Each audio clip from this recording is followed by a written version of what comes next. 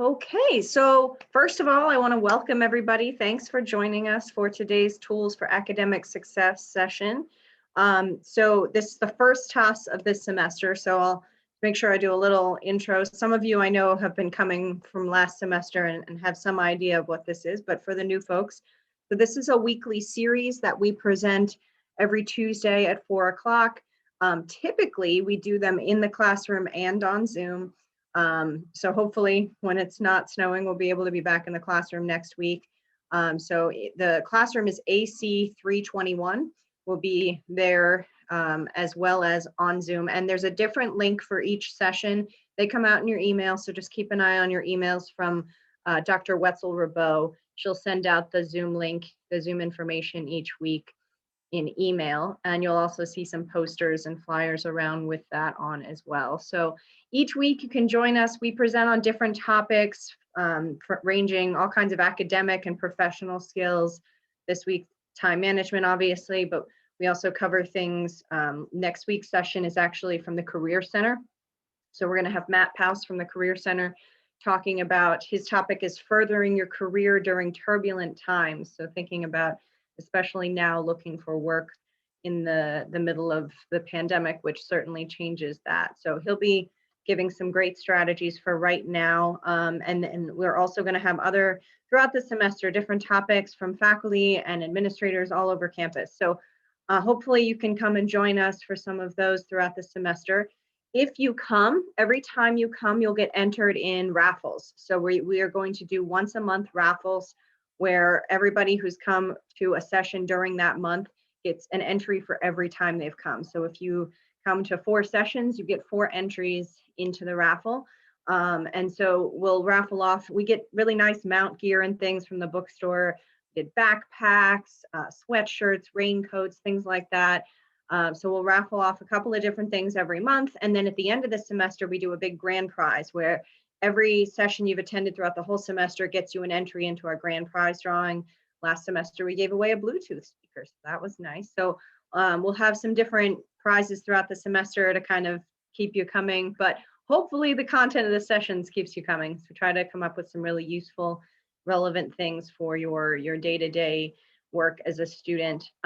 So that's that. I also forgot to introduce myself, so I shall do that. I am Kristen Seitz. I am the Associate Director of Learning and Success here at the Mount. So this is part of my job. I work with the Center for Student Engagement and Success to operate this series.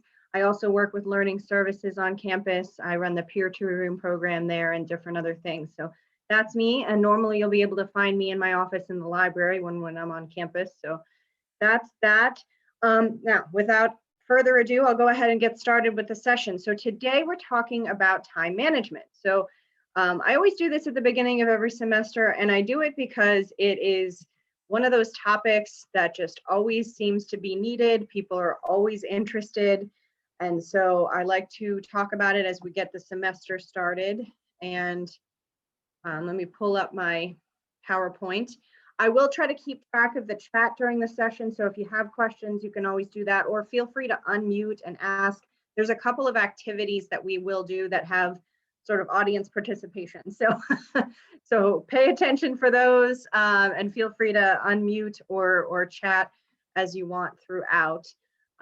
Also, there are a few things in here that I like, handouts and things that I'll show and we'll do. If you want hard copies of those, I'm happy to print them for you and have them in the library. You can come and pick them up from the CSES desk in the library. Or if you want electronic digital copies, I can email them to you as well. You can just, again, send me a chat towards the end of the session. Let me know what you'd like. I'm happy to give those to you. So this is the PowerPoint here. There's never enough time. I always hear this. This is one of those perpetual things that I hear throughout the semesters, the years, and not even just from students, from faculty and staff. Everybody always says there's just never enough time. And so what I usually argue is that there is, and that we just need to manage it and plan it and prioritize it better. So let me go to the next slide. So first thing to know, we all get the same amount of time every week. It is 168 hours. That is the amount of time in 7 days. So the key here is, how do you spend that 168 hours, right? What do you do with that time? Because effective time management correlates very highly with college success. So the way that you manage that 168 hours is a large part of how successful you are with college. So, and you control how you use your time, and you decide what things are prioritized and what is not.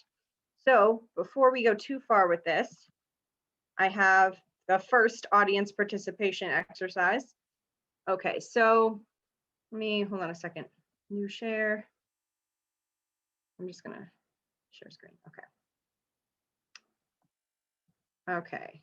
Can you all see the handout now? Yes? Yes. Okay. Yeah, we can.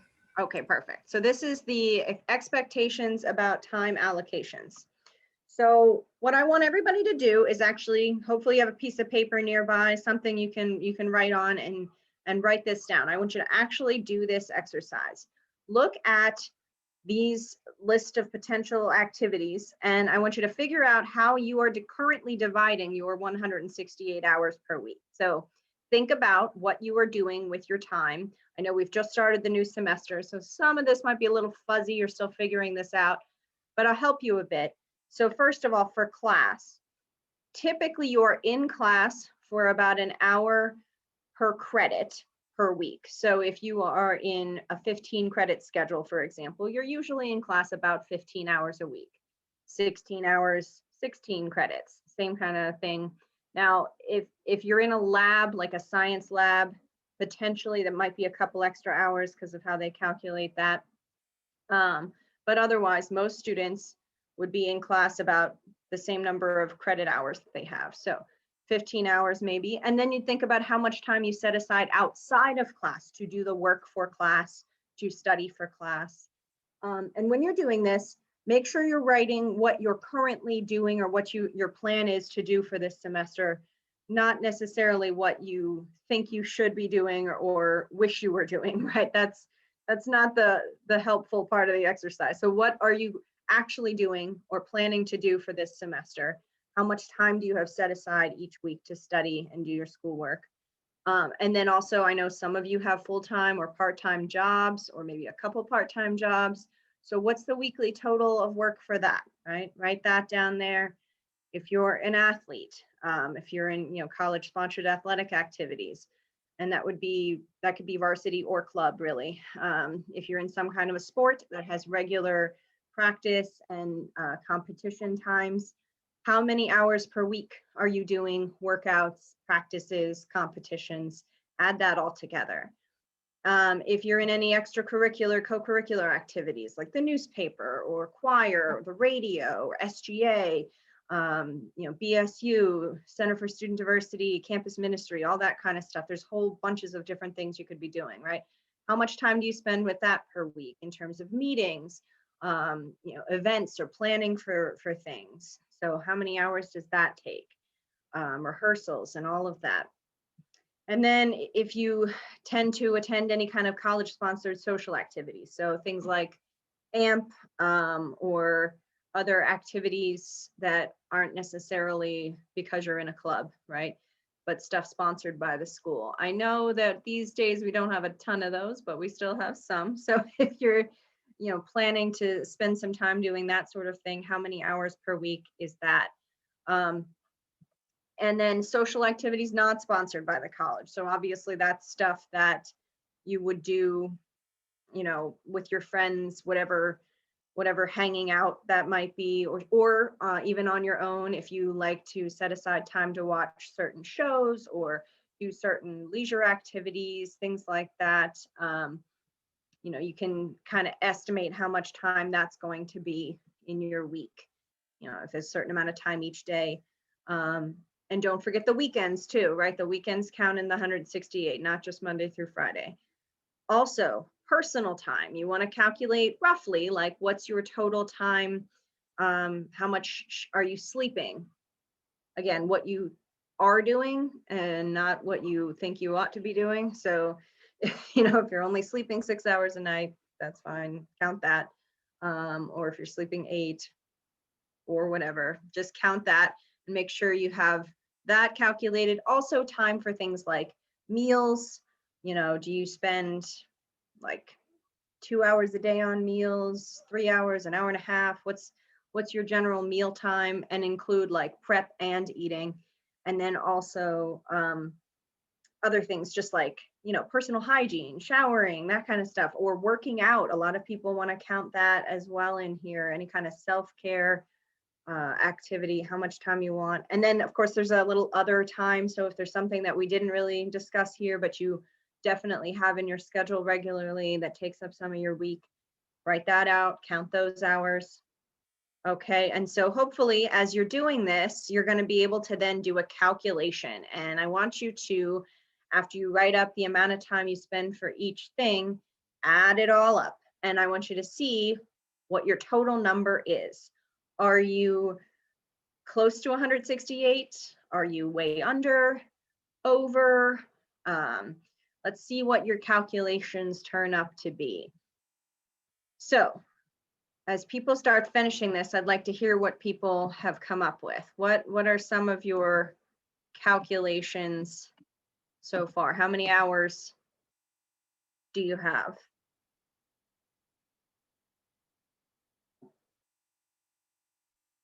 Anybody's welcome to share, either chat or feel free to unmute.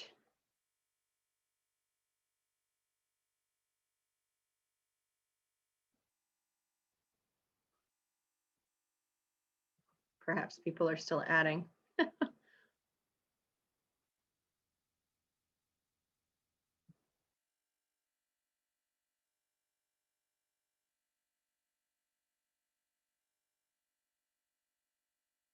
Has anyone found that they are over 168 so far?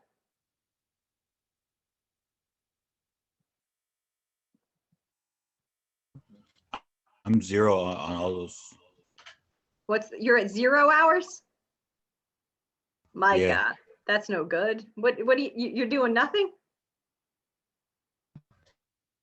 I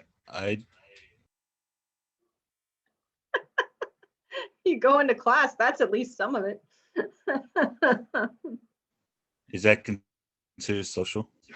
That is not considered social. That would be in class time, right? Oh, then that, I guess that isn't 0. That first one is filled. That one's filled. Hour. Okay. Yeah. You got to write down each category, man. Then that's, you know, maybe you're not doing social stuff, but you know, how much time are you actually spending in class and studying for class? You know, if you're not in activities, that's fine. But what else are you doing with your time? How much time are you sleeping, and other things like that? Count it up. Oh, I see. Somebody sent me a message. It's kind of hard to tell since the semester just started. Okay, yeah. No, I mean, that's true. So it is hard. So you might want to think about this and then try to do the calculation again in a week or so if you aren't really sure. But you also, I mean, you have your calendar, you know when your classes are by now, I hope. So you can make some good estimates here too, just to kind of get an idea where you think your time is going to be. Did anybody find themselves like drastically under 168, or there's 10 plus hours that are just sort of unaccounted for? Yes. Yes, that was Micah. Hello, Micah. Okay, so this happens, right? If we have these blocks of time that are sort of not being used, right? They're not time that we are in class, they're not time that we're working or doing anything, sleeping, then we have to figure out where those hours are and what you can do with them. So I encourage people to actually, if you're finding that you're either under committed or over committed with this 168, that you actually block out your week, that you take, and I have some formats if anybody needs help. I have like paper ones or like Excel spreadsheets where you can do this, and you block out your day to day and you look at what you're doing with your time. And what you want to find are what I had a colleague who used to call them black holes, like the places on your schedule where there's nothing and it just sort of sucks away your time. And those are the things you want to find, because then you don't want to be wasting time. You want to figure out, okay, what are those hours? Where are they? What could I be doing with them? What might be more helpful? And it's not necessarily just schoolwork, although frequently I find that that's perfectly good time to do your schoolwork, but because people often don't have enough. But you also could use them for other things. If you, maybe you do have enough time for schoolwork, and so maybe that needs to be self-care time. Maybe you need to dedicate that to exercising, or going to counseling, or meditating, or or going to a mass or church service that's helpful, whatever it might be. But the other things that you could kind of make that time purposeful, and not just let that time get lost, maybe sucked away by other things like social media or other stuff that you don't mean to be doing for 2 hours in the middle of the day. So thinking about, right, I saw some head nods, like where those holes might be, where you're in your schedule, and block it out, find them, and dedicate them to something that you want to be doing. So that's helpful. Now that's if you have, like, you get to the total and you're at like 150 or something, and it should be 168. But let's say you calculated this, and this happens sometimes, and then you end up over 168 at like 175 or 180. Did that happen to anybody where you went past 168? I was at like 185. Good Lord, Maria. I should know. Should have known. So, well, I mean, mathematically, that's not possible. What was that? I just asked how that's possible. It's not, because unless Maria is in possession of a time turner, you cannot be in the same place at more than once in the same hour, or different places in the same place. You never know. I'm magical. I could find ways out. You know what? I would believe that if anybody did, but fair enough, Maria. But without possession of that, you really can't do it, right? You can't make time happen more than once. It's only there that 168 hours. And so then we got to figure out what we're doing, right?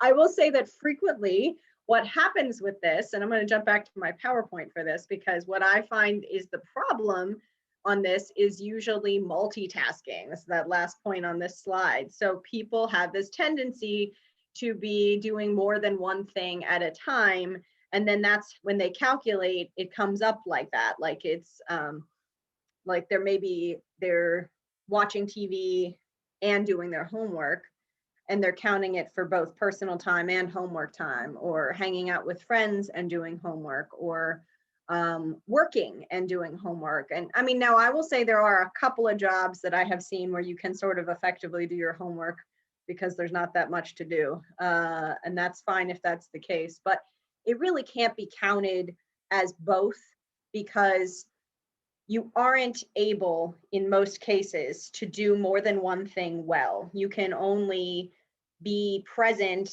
with one thing at a time. Your brain doesn't multitask properly. Somebody, nice, yeah. I got a message. I have given up on multitasking. It doesn't work for me. Exactly, it doesn't.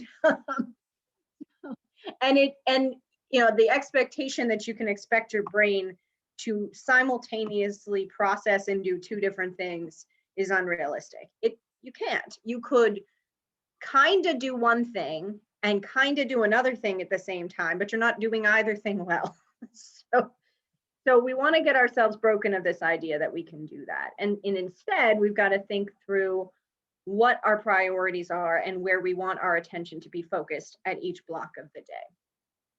So that's your task then, is you want to go back and take this 168, break it down day by day, figure out what you're doing, and figure out where you're trying to do too much at once and you need to prioritize and make some changes. Like, okay, I can't both do this and that at the same time, so I'm going to focus and prioritize on this part, and then later I can prioritize on this other thing. So try to block out your week and figure out what's happening with this, because it's super important.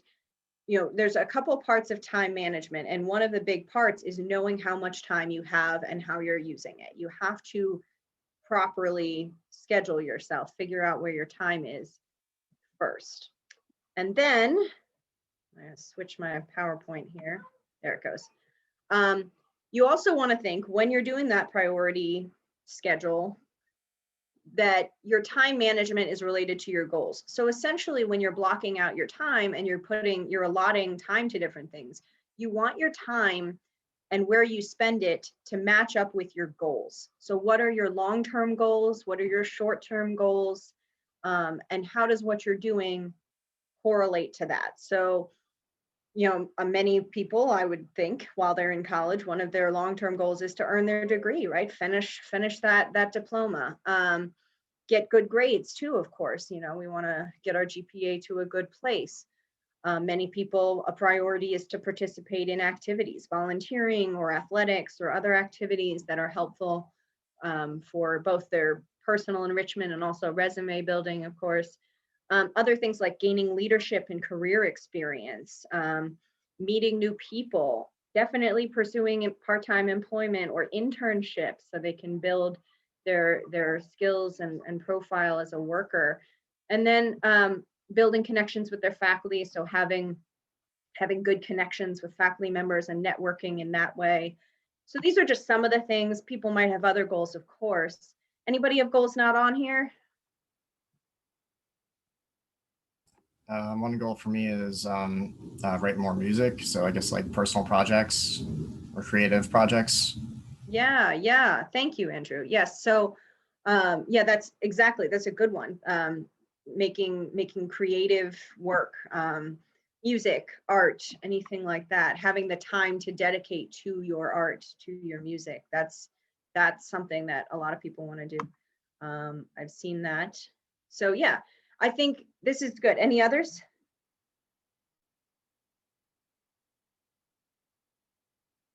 So in Andrew's case, he'd want to make sure if that's a goal of his, that he's dedicating time during his week to pursue that goal, right?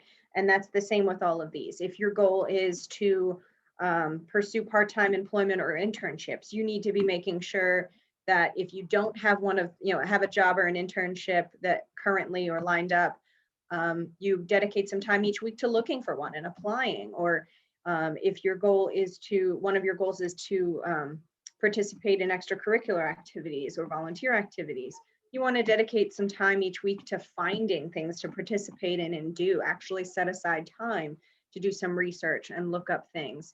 If you want to meet new people, and I've been hearing a lot this year that that's problematic with the pandemic, I obviously understand that, but you actually do kind of need to set aside some time to figure out, okay, how could I do that? Could I join a club? Could I go to these events, or could I participate in this or in that to meet people?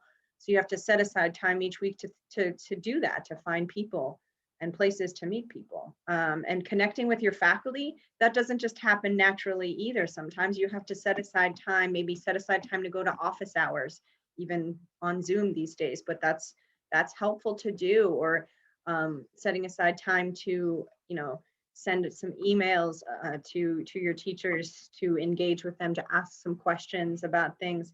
Teachers love it, by the way, if you talk to them about things not just related to the homework. They're great big fans of people asking about, what the things they like to research. The professors each have their research areas of interest, and they love it when students ask them about that, or their families.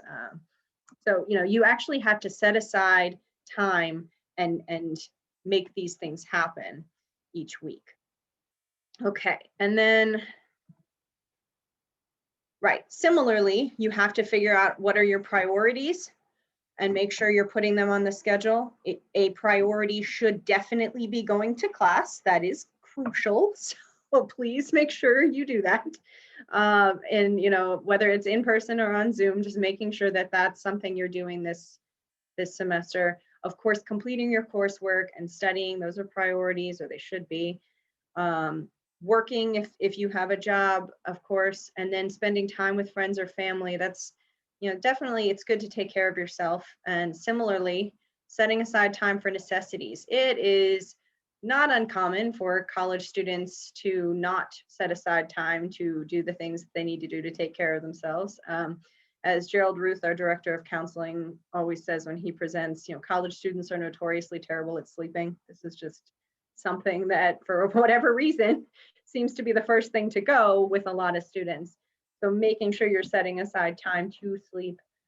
And of course, eat properly, not just like forget to eat all day because you've been studying and then go and get, cheese sticks at 11 o'clock at night. Like the proper planned nutrition is important. If you don't feed your body, you can't expect it to function well. And similarly, relaxing, taking some time to take breaks and do other things. It is kind of hard, I realize, at certain times of the semester, especially, but you have to make sure to take some time away or you'll just drive yourself crazy and you'll burn out very quickly. So you want to set aside that time you need for those things too. It can't be all school and all work all the time. Okay, now, like I said, you have to find what time you have in your schedule and make sure you use it effectively. But you also have to plan the time you have. So you have to figure out what needs to be done during the time that you have set aside, particularly in this case for schoolwork. So making sure you have some organizational system to keep track of the tasks that need to be accomplished for your classes. So I have lots of suggestions on how you do this, but one of the things I recommend is you think big picture and little picture. So you need to think about the long term, all of your assignments, what is due throughout the whole semester. And it is good that we are at the beginning because this is something you should do now. You should do it early and keep it up to date. You want some kind of either planner or a semester calendar, some big thing where you literally go through right now with all of your syllabi from each of your classes and you write all of the assignments and due dates and test dates and everything for the whole semester now. You write it all out. And if you need a tool to do this, we do have free planners. CSES has free planners that you can come and pick up again from the library. If you want one, I'm happy to give it to you. I'll bring them again to next week's TOS session if anybody wants to come and grab one there as well. So a planner is certainly helpful. Or other ways, I have an electronic semester calendar, and I'll show you what that looks like. Did that come up? I'm like jumping screens, so I'm hoping this is working. Yeah, it did. Good, cool, thank you. So this is an Excel spreadsheet that we make in Learning Services every semester. And the way this works is each column is a class. And at the top, of course, you put your name and then you put the course and the professor and you put each of them here. And then under each column, you have the weeks of the semester. And you would put on each day that something's due, you would type what it is. And you would do that throughout the whole semester, and you want to do that early. We also have marked in here things like advising week and when registration for the fall will be, and then when our final exams are. And if anybody hasn't looked ahead this year, to take note, we only actually have one class day off between when classes end and final exams start. Classes end on a Thursday, you have off classes on Friday, and then the exams start Saturday. So if you haven't looked at the end of the semester, you should. And this sort of thing helps you to look ahead and plan. What's really great about something like this or a planner is that you're going to see, if you do this now and keep it up, you're going to see where the places are in the semester that you have a lot. Where are your busy weeks where maybe in the same 2-week period or even a 1-week period, you have multiple papers or tests or projects and those kind of things. If you let that sneak up on you, that's going to be awful. You'll either not get something done or not get it done well, or you won't sleep and you'll be exhausted. You need to look ahead for that sort of thing so that you can do whatever you can in advance of that week to make that week or two a little easier. Maybe if there's papers, you could start on some of them earlier to ease the burden as you get closer. It's hard to study too early for a test, but you can definitely do papers or research projects. You can start on that stuff earlier. And even with tests, you could organize earlier if there are things you know are going to be on an upcoming test and you don't understand them, making sure to make time to go get help from your professor or a tutor well in advance of the test so that you can make sure your questions are answered. So this is one of the formats, or like I said, a traditional planner or some other way. Some people do like big whiteboards and calendars on the wall, and I don't really care what you do, so long as you do something and you do it early so that you have everything laid out. And then the other thing is you want to look at, we talked about scheduling your weekly commitments, and you want to think smaller too. So that's the big picture. The little picture of your classes and your work is what has to be done each week and even each day. You know, what are the priorities and tasks that have to get done day to day? And so you probably need some tools to organize that as well. And I have a couple here to show you for examples. So this first one, this is called a weekly plan. And what you would do here is you would organize at the top part, you would start this, you know, usually this is done at the beginning of the week or at the end of the previous week. So maybe Friday looking ahead or Sunday of the current week. And at the top in the first space, you write what you plan to have accomplished by the end of the week. And then that's the big stuff. So you would write there like, do all my readings for philosophy, or study for my math test, or do all my homework for Spanish, or something like that. Write the paper for origins, that sort of business. So you'd write all that up there. And then, let's see, down below, you would break each of those larger objectives into smaller activities. And so each big thing would become smaller steps. So let's say you had a test to study for, right? You would break that, maybe you have a couple of chapters to study. So you would write like reread chapter 1 and take notes, and then reread chapter 2 and take notes. Or maybe it's depending what you have to do to study for that test. Go through the study guide, go through page 1 of the study guide, go through page 2, or take practice tests, write flashcards, you know, have a study group, you know, whatever the steps are that you have to do. Or if it's a paper, you break it into pieces. So maybe come up with your topic and your thesis. If you need to do any research, do your research, read your research. Then maybe it's outline the paper and then write the paper. And then, you know, once you have a draft of the paper, reviewing, maybe getting some feedback and revising the paper.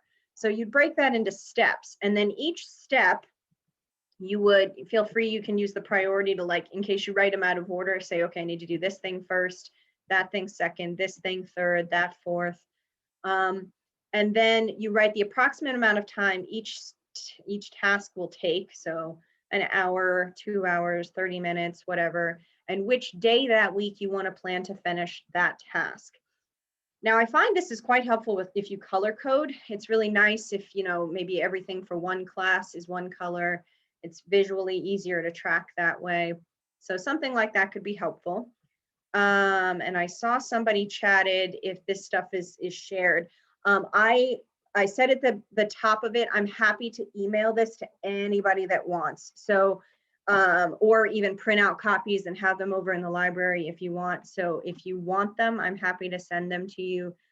They're not in like a shared space for everybody, but I can give them to you for sure. So, okay, now there's another couple of options. Let's see. This next one is called a due date organizer, and this is a different way of doing it. This is like you would do one of these for each class for the next couple of weeks. So you would write the date and the class at the top, and then you would write down any papers or projects, what they are, when they're due, tests and quizzes, when what content they're covering, and when they are, homeworks that are due, or readings and things, what they're on, when they're due. So this sort of thing is another way to keep track. And you would do one of these per class, like I said, for a couple of weeks at a time. And then, you know, you of course would have to do new ones each couple of weeks as you get through them. And then one more option on this kind of thing is just a regular old to-do list. So I have this here, and the idea with this is that you would write all of your goals. Usually this is a day-to-day thing you do on each day or each couple of days. You would write down all of your school goals, the things that have to be accomplished. And there's a space for any personal goals too. So if you need to remember to run any errands, you know, pick up a package or go to a doctor's appointment or call somebody, make an appointment, that kind of thing. Those would be on the personal goals section. And then people always think this box here is a check box for when you're done. I suppose you could use it that way. It's what it's actually for is to prioritize. So people usually kind of dump their stuff in here and then realize, oh, okay, I need to do this thing first, then this thing second, and then that one. So they're really for numbering. So you can go back and prioritize your goals after you write them all out. So that's another option. Again, I can send you any of these if you want. They're really just ideas of how you can do this, but I'm happy to share them. That way you can figure out not just what's coming, but what needs to be done day to day in that small picture as well. So get back to the slides. Okay, actually, before we do this, I forgot. There's another little participation activity I want to do. Just kidding. Get out of the slideshow. I want to do this one. So this activity, this is because once you plan your time and then you have your to-dos and you know what has to get done, the next thing that tends to stand in people's way is the distractions, the time wasters. So this is a little exercise that I like to do here to make people think about what are the things that they do when they should be doing something else. So what are your personal time wasters? Where are the things that you do and you lose time? So you're sitting down to do your schoolwork or something important and you get distracted. What's distracting you? What's happening? So the way this little exercise works is you write down or make note of the top 5 things from this list. And you also can feel free to add your own if what bothers you is not actually on here. But you want to come up with 5 things that are your most substantial time wasters. So that's the first part of the exercise. So let's look at these, make some notes of what your biggest issues are. We have interruptions, drop-in visitors and distractions, things like that. Lack of objectives or priorities and plans, leaving tasks unfinished, jumping from one task to another, attempting too much at once. So just having too many things in front of you to do and not knowing which one to start on. Procrastination, indecision, daydreaming, sort of getting lost and procrastinating. Ineffective communication and feedback. So not properly asking questions of your teachers and of what you need to do and getting the feedback that you need to know what has to happen. Lack of self-discipline and motivation. Cluttered desk or general disorder, like having a messy room or a messy study space, sometimes keeps people from being focused. Maybe inability to say no to other people's requests or invitations, and therefore, stopping what you're doing to go do something else.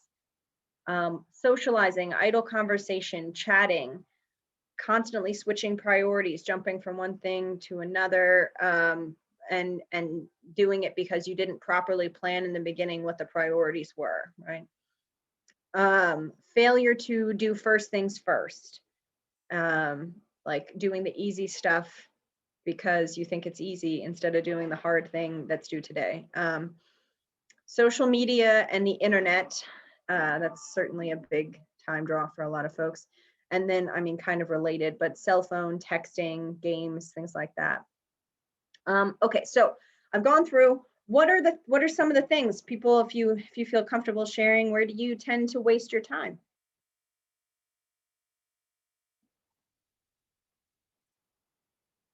So this is kind of random, but Okay. I find a lot of times when I check Canvas, Mhm. I feel like I just end up clicking in circles because in my past experience, I will check Canvas and then within 3 hours later, even after I made a plan, I wrote everything down, good to go, then there's something there that I missed, and then it's a vicious cycle. So so when I don't have a lot to do or I think I'm good, I'm like, okay, wait, I've got to be missing something. Right. And then I end up wasting like a lot of time when I should be working on stuff I know I have to do, but Right. trying to prioritize stuff, So having trouble with the actual setting priorities Okay, that's, yeah.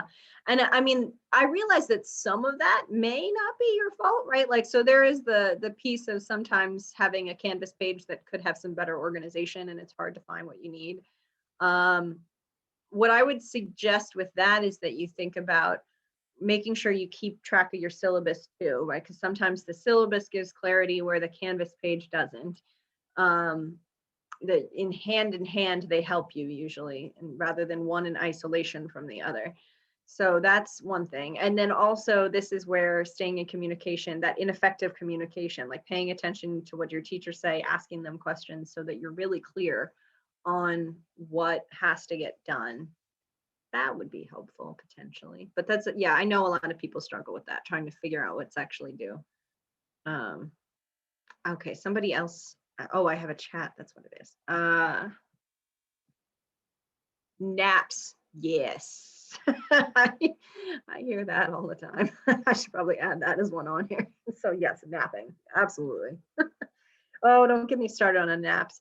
I try to help people understand that proper naps should actually be they should be 30 minutes or less. Because if you sleep longer than that, you go into a deep sleep cycle, and biology, long story short, it's hard for you to wake up after that. And you're actually usually more tired if you don't get a proper sleep cycle in after 30 minutes. So short naps, I am all in favor of, but most people don't take short naps. And there again, they should be planned. If you're going to do that, you should plan it. Yeah. Good. What else? Others? I tend to jump from like task to task, Yeah. try to do everything at once. That number 3. Yeah. Leaving tasks Yeah. unfinished. Yeah. Mhm. Yeah. Okay. That's very common. Very common. Good. Okay. What else?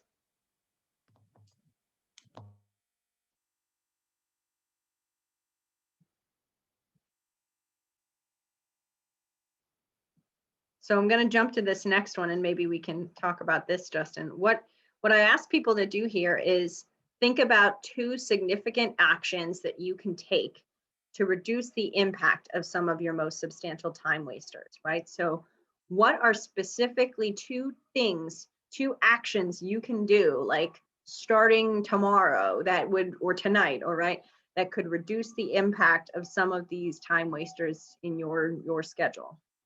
So what could you do?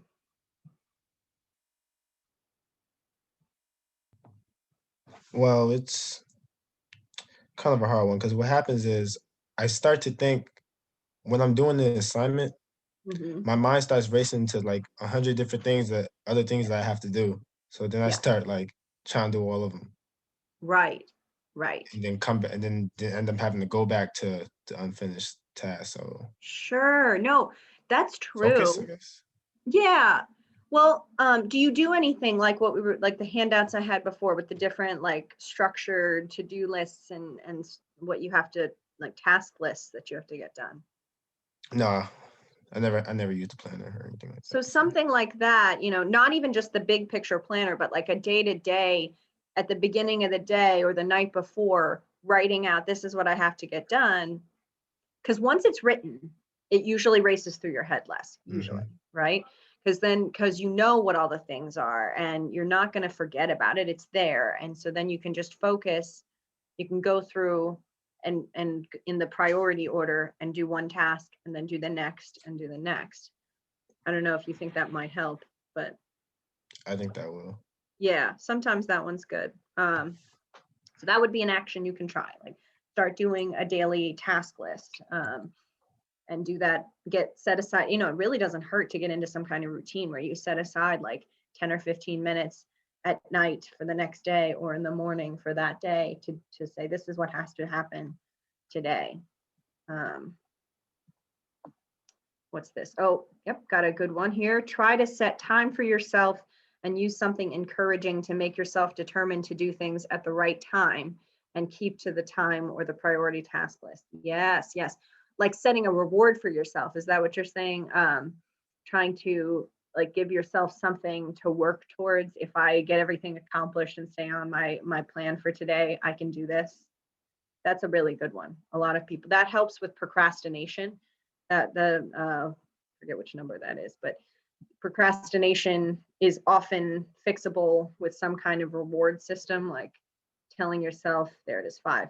I'm going to, if I get everything on my list done today, I'm going to let myself watch this show that I really want to watch tonight. But if I don't, I'm not going to watch it, right? That's that sort of thing. Right, or whatever the reward is, right? Sometimes people like some kind of food treat, something like that. Whatever it might be, but that's a good idea. That's a really nice strategy. What else? Any other actions you could take?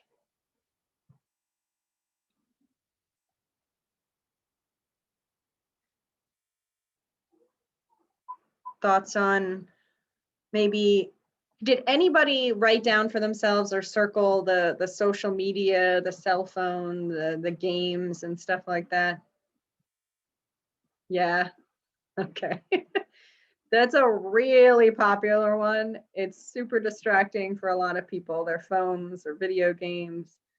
So what could you do to reduce the impact of that?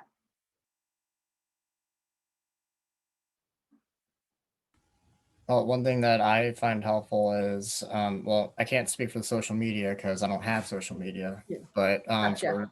I don't let myself play games until later in the evening. Gotcha.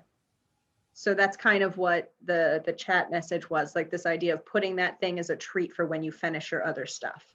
I mean, not even necessarily as a treat, just more so just something like, you do to I do to unwind after a busy day. Right. Yeah. Yeah. And I mean, what works, I think, if you're going to do that is to make sure that whatever it is that you're logged out of it or it's turned off or it's out of the way. You can't, one of the mistakes people make with, I think with both video games and social media and just their phones is that they leave it on, they leave themselves logged in, they leave it sitting right there. And it's so easy if you do that to just say, I'm just going to do this for 10 minutes and, or not even like consciously make that decision, just start doing it. So if you want to put it off until you're done, put it away, turn it off, log out, whatever you can do. Yeah. I know on your phone, there are various apps that you can download to basically block yourself from doing stuff during certain periods of time to turn off your access. They're self-control apps that people use to keep themselves from doing things when they know they won't be able to stop themselves otherwise. So you might want to look into some of those if you're having trouble, like not letting yourself or not stopping yourself from doing things, like jumping into Instagram for an hour when you should be doing your homework or whatever it is, or certain games, other things. So that's an idea. Any other ideas?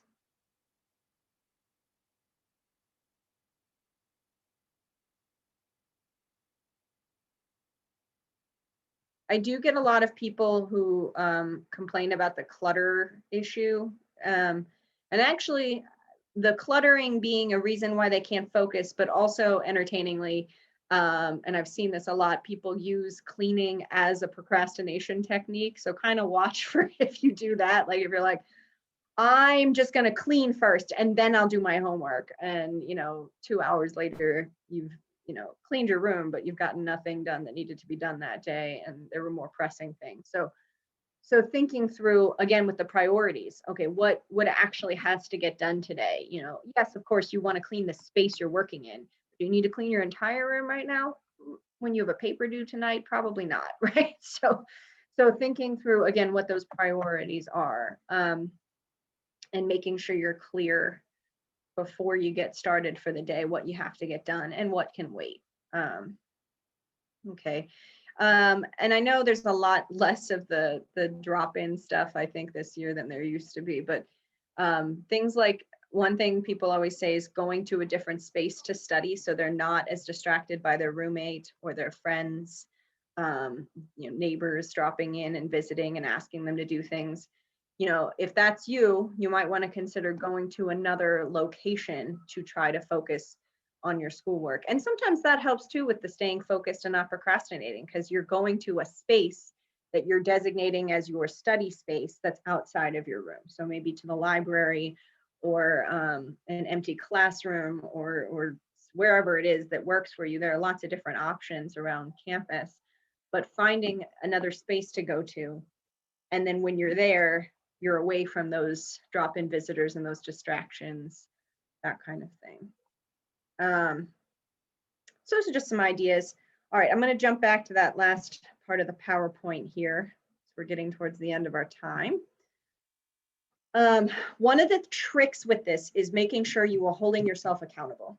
So if you are setting goals for yourself and you're saying, I'm going to do this, I'm going to spend this much time on my schoolwork, I'm going to get these tasks done each week and each day, I am not going to let myself play video games until I'm done with my work for the day, or whatever it is, you really want to find people who will help hold you accountable for those goals. Whoever those people are depends on you and your circle, but lots of people will use parents if that works for you, great. Maybe other friends or girlfriends, boyfriends. I have found that they can be helpful if you both enlist one another to hold each other accountable. Professors, potentially, if you have like a close relationship with a professor, you can ask them to check in on you every week and see how you're doing. Maybe schedule meetings with them or with a counselor, or if you schedule weekly meetings with a peer tutor or with a learning services or a CSES staff member, that I've seen that work, where if every week you have to check in and tell somebody how you're doing, it is motivation to keep you holding yourself more accountable. So you might think about that. If you schedule meetings each week to talk to somebody about how it's going, that might help you. Or just even if it's not a meeting, if somebody is going to text you and check on you every night or every couple of nights, that could work. So if you need motivation or support in setting up your plans and getting organized, please don't wait to get help. We are so happy to help you. You have options with learning services and also with the Center for Student Engagement and Success, the CSES there. So if Jose, I think Jose might have jumped off here. He was on. Jose's one of our student success coaches. We have 2 student success coaches in CSES, Jose and Alice. And then we have several professional staff in learning services. There's me, Lucas, Kate, Amber, Denise, David. I think David was on here too, but I think he's jumped off. But we are all happy to work with you and help you. You can schedule a meeting with us. And what we usually do at the beginning is figure out what you need, what your goals are, help you kind of craft a plan and a strategy. And then we'll follow up with you if you want. Some students, they just want to have one meeting and then they think they're good, and that's fine. But you're more than happy to keep meeting with you and following up with you periodically throughout the semester, every week if you want, or every couple of weeks. We can kind of arrange that. So please don't feel like you're a burden. Like, that's exactly what we exist for. We're happy to do that with you. And if you feel like that would be helpful in keeping you motivated and on track for the semester, we want to do that. So please reach out. It's really easy.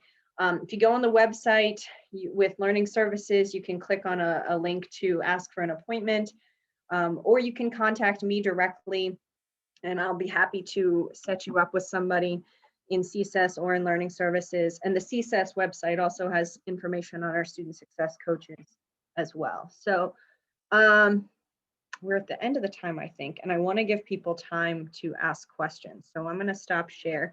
Any questions about anything that I did not present, or strategies we didn't really go over?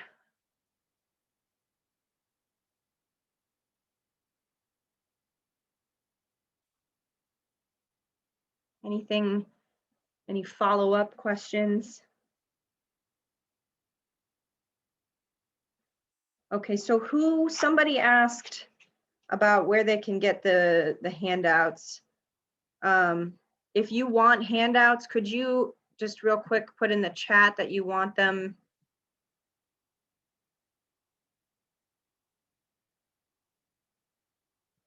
Okay, gotcha. I'll try to make sure that I get them to you, and I can email them to you. But if you, like I said, if you want them in person, I'm happy to print them too, and you can come and pick them up from the library. Okay, give me a day or two and I will definitely get this stuff out to you guys. I see 2 responses. Oh, okay, fair enough. You're fully remote, that's no problem.